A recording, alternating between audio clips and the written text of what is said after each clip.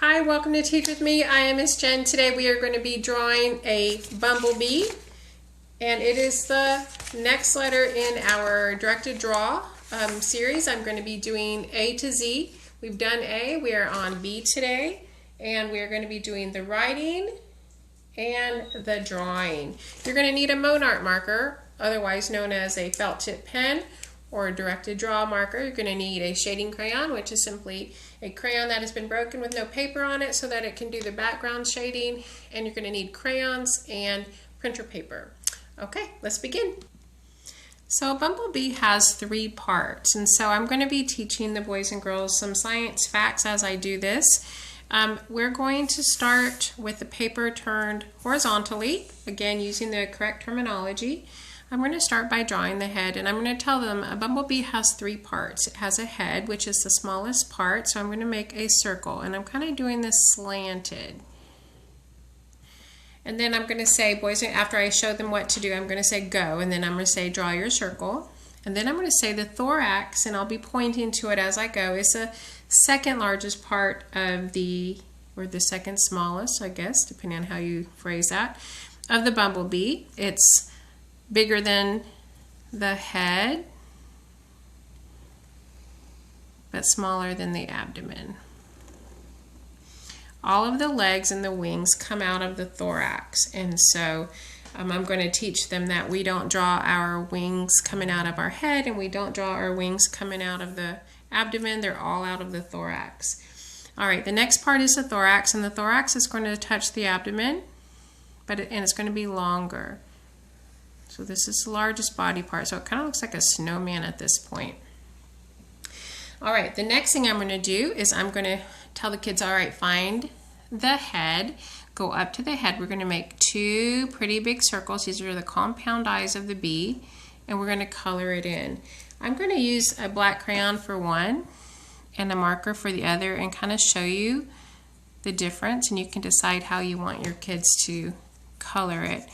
If they use the marker and they make their bee kind of big, I mean, it just runs out. You just run out of ink faster, but they don't always color it completely in with the marker, but so it kind of depends on the look you like. So that's the difference between the two.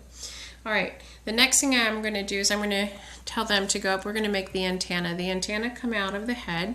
So I'm going to tell them, boys and girls, above the right eye, we're going to make a straight line, and then we're going to make an angled line. And I said we're going to color the end of that a little bit thicker.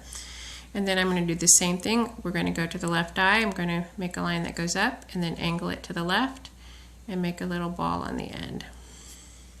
All right?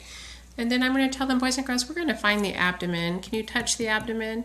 Show me where the abdomen is, and then they'll tell me, and then I'm going to say, boys and girls, we're going to make some stripes on here, some lines.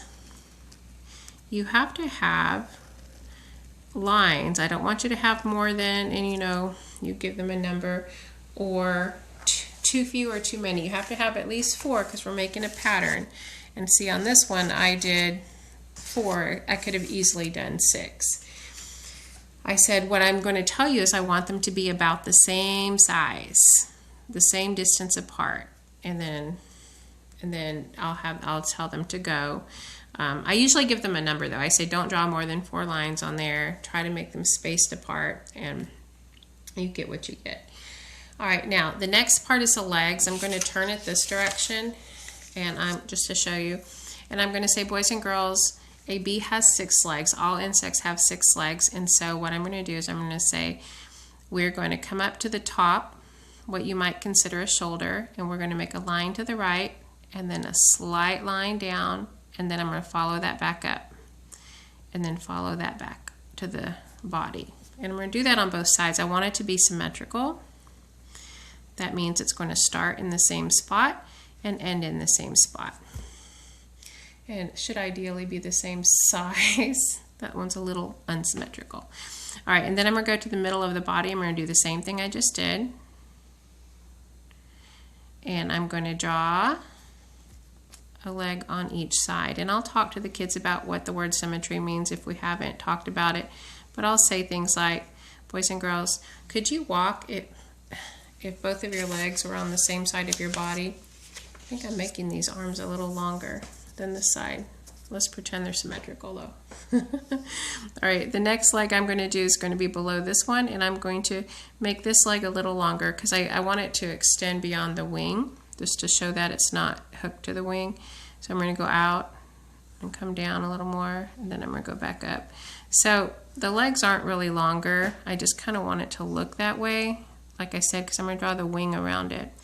And I'm going to tell them to come back over here, go down, and follow it back up. Oh, I forgot to draw the stinger. So come down here, you're going to tell the boys and girls to make a little triangle at the bottom, to color it in. And there's your little stinger.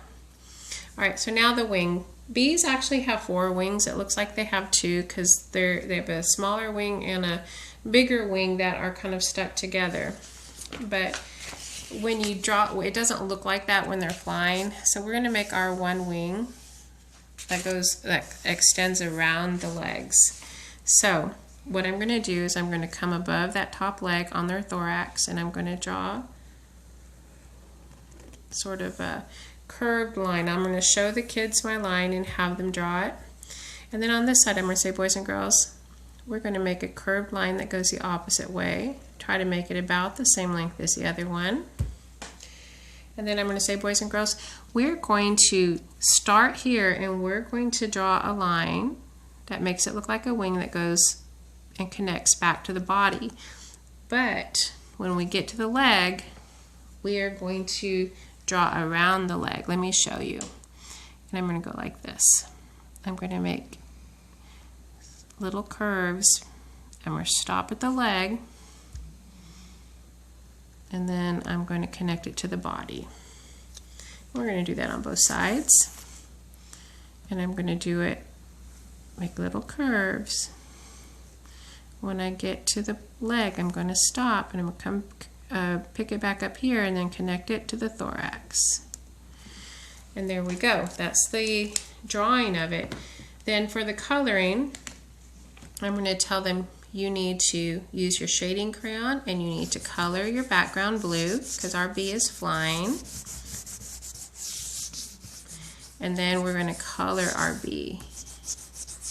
I'm just going to do this kind of quickly, and then I'll show you my sample so that you can see ultimately what it's going to look like. All right, so anyway, you're going to have them shade it first. Then you're going to have them take their crayons and they're going to color. They're going to make a pattern on the bottom. The thorax is black, the head is black, the wings are white. So you have to do this step by step with them. Otherwise, it's going to be a hot mess. So you say, boys and girls, take your white. Let's color the wings, and then you'll do that with them. And then once everyone's finished their wings, you're going to say, boys and girls, take out your black. We have quite a few things that we're going to do black. Boys and girls, we're going to color the legs first. We're going to make the legs kind of dark here. Just the legs for a moment. And you're going to have them color all of the legs. I'm just doing this quickly, guys. And then once they've done the legs, you're going to say, okay, we're going to color the head light black because we've already done the eyes, right? We want to be able to see that there are eyes there. So we're going to go and do this lightly so that it looks different than the eyes. Because if we do this really, really dark, what's going to happen? We won't be able to see the eyes. So you do it lightly, and then do the same thing with the thorax. Everyone color your thorax, but not your wings. All right, everyone, we're going to go to the abdomen. Now the abdomen is striped, so also take out your yellow. And I'm going to say, boys and girls, we're going to color the first one yellow. And I want them to do the first one yellow, just simply because, I don't know, because it's something different. I don't have a good reason. This one I did black, but I think I just like how it looks better when the first one's yellow. All right, and we're going to color the whole thing. All right, this is it, completely colored. And then you're gonna, it's time to work on the writing. And boys, and they can do this drawing. I've done it before in my class many times. They can do this.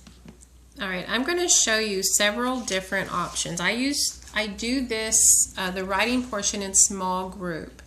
The writing portion would depend on, at the beginning of the year, it would depend on where the kids were.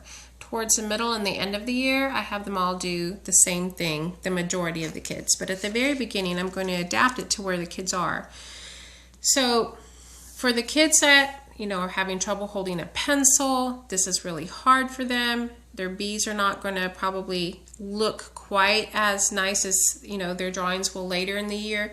But these are the kids that still need to practice, making those letters, that still need to practice understanding what sentences are, and that need penmanship practice. They're going to trace it. B is for bees. Bees are pollinators. You're going to read this with them. They're going to track it with their finger. Before they ever start, you're going to say, boys and girls, let's read this together. B is for bees. Bees are pollinators. And then I'm going to say, boys and girls, let's read that first one again. And then I'm going to have them read it and then see if they can if they remember what it said. And then I'm going to say, boys and girls, I want you to trace that with your pencil. Once they're done and their name is on it, of course, I'm going to match it to the drawing they just did. Well, let's say the boys and girls are a little bit more advanced. They still need help. They still need that penmanship practice, of course, but maybe I want them to practice looking at the board and copying that information down. And then we're still going to read it. We're going to say B is for, and I'm going to say, what do you think that's supposed to say? And they'll say bees because we just drew bees. And I say, look, here's that word. See the blue word? I want you to copy that here. And so looking at the board and copying it on their paper is a harder thing to do than you might think. And then I'm going to say, boys and girls, let's look at our second sentence. Bees are, I want you to trace this, and I wonder what this word is. Let's look at it together. Pollinators, and then I might talk a little bit about what a pollinator is, and then I'm going to say, boys and girls, I want you to write pollinators here. Copy that whole word down. Now you might want to do something different. You might want to say bees are yellow and black, or bees are small. I chose the word pollinators. All right, now lastly, let's say you have a group of boys and girls that are really strong writers. Well, then maybe you want to do it like this. You write it on the board, the first sentence, because everyone needs to have the same first sentence. B is for bee, but they're copying the whole thing themselves. And then they're going to think of their next sentence. Maybe they write it by themselves. Bees are pollinators. Maybe they finish that so quickly they need to do a third sentence. You can help them come up with an idea. You can have them write it on a scratch piece of lined paper, and then you edit it so that they can then write it themselves correctly on here. It's up to you how hard you want this to be, because it really depends on your student's level. All right, well, I hope you found this helpful. If you did, please like, subscribe, and share. Let me show you my earrings. I have bee earrings on, and this one's a honeycomb. And then my shirt today says, what does it say? It says teach, love, and inspire. Like, subscribe, and share, and I'll see you next time.